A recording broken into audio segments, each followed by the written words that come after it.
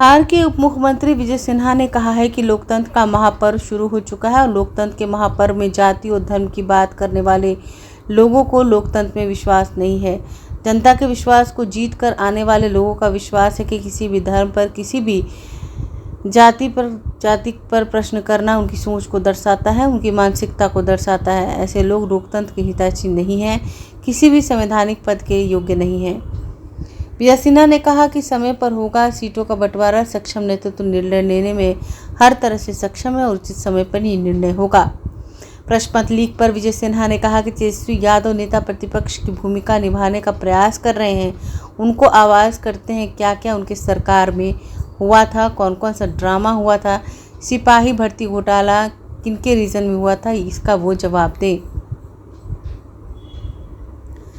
CAA पर विजय सिन्हा ने कहा कि राष्ट्र के हित में, हर समाज के हित में मां भारती से प्यार रखने वाले सब लोगों को नागरिकता मिलनी चाहिए। इस पर किसी को आपत्ति नहीं होनी चाहिए और आपत्ति करने वाले लोग ऐसे हैं क्या इस समाज के हितैषी नहीं है, यह उनसे जाकर पूछिए। उन्होंने कहा कि लालू जी के सभी परिवार के सदस्य राजनीति में रहने के अधिकारी हैं क्योंकि वो पार्टी ही परिवारवादी और वंशवादी है। उन्होंने कहा कि जनता का जनादेश एनडीए को मिला था, चाचा भतीजा जनता के जनादेश में क्यों नहीं साथ थे। जनता का जनादेश एनडीए को मिला था, पिछले दरवाजे से आकर सत्ता में भागीदारी करने की जो मानसिकता थी, फिर जनता के दबाव में चाचा ने नकार दिया। आज फिर एनडीए की सरकार है, बिहार के अंदर जनादेश के अनुसार सरकार है। लोकतंत्र का महापर्व शुरू हो चुका है और लोकतंत्र के महापर्व में जाति और धर्म की बात करने वाले लोग को लोकतंत्र में विश्वास नहीं है।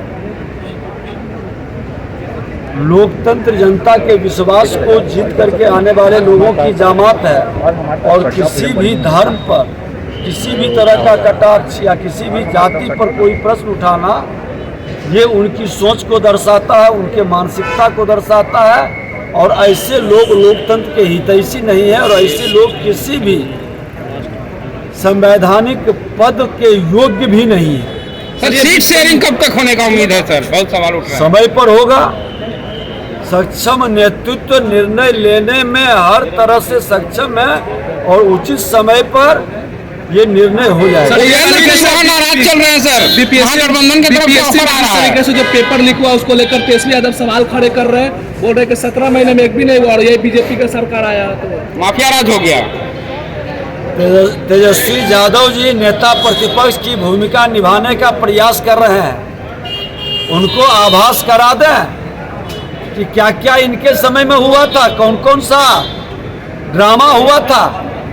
सिपाही भर्ती घोटाला किसके रीजन में था, कई ऐसे मामले उठे थे और कई तरह के नियुक्ति घोटाला का तो सबसे बड़ा मसीहा के रूप में लोग इन्हीं को जान रहा है, इन्हीं के परिवार को। ये क्यों भूल जाते हैं? अरे आप प्रामाणिकता के साथ बताइए कि कौन व्यक्ति इन्वॉल्व है, आपके पास क्या सबूत है, त्वरित कार्रवाई होगी। सरकार एक्शन नहीं ले तब प्रश्न उठाइए। आपने कहा कि एक मंत्री बचा रहे हैं, तो बताइए कौन मंत्री है, क्या प्रमाण है आपके पास? नेता प्रतिपक्ष की सकारात्मक भूमिका निभानी चाहिए, पूरी प्रामाणिकता के साथ लोगों को भरमाने का और सिर्फ खाना पूर्ति करने का खेल नहीं हो। लालू जी की एक और बेटी वो रोहिणी आचार्य राजनीति में कदम रखने वाली। लालू जी के सभी परिवार के सदस्य राजनीति में रहने का अधिकारी है क्योंकि वह पार्टी ही परिवारवादी और वंशवादी है।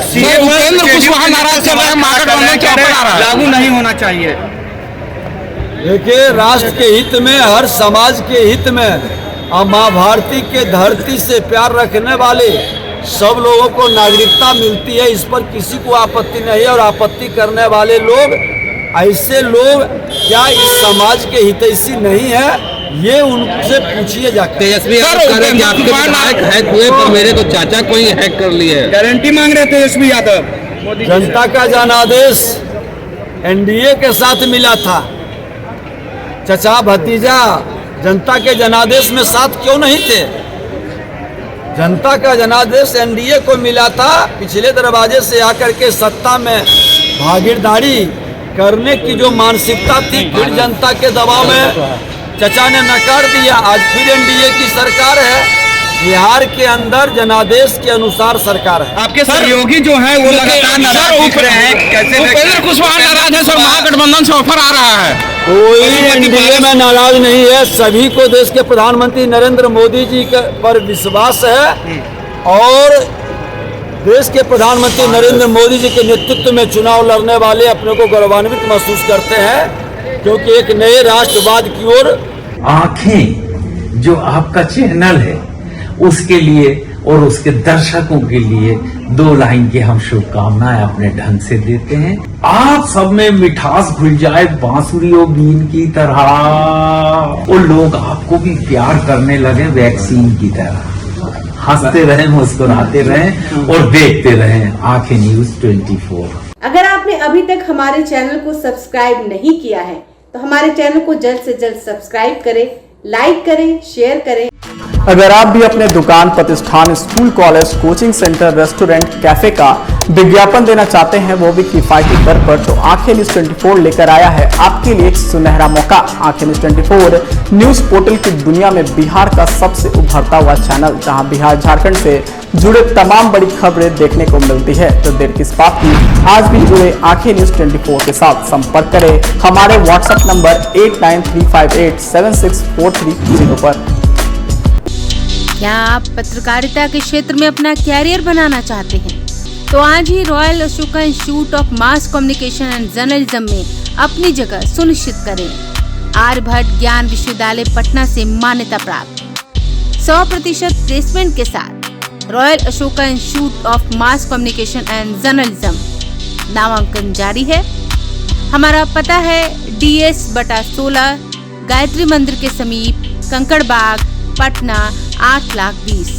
आप हमें संपर्क भी कर सकते हैं। हमारा मोबाइल नंबर है 9955456126।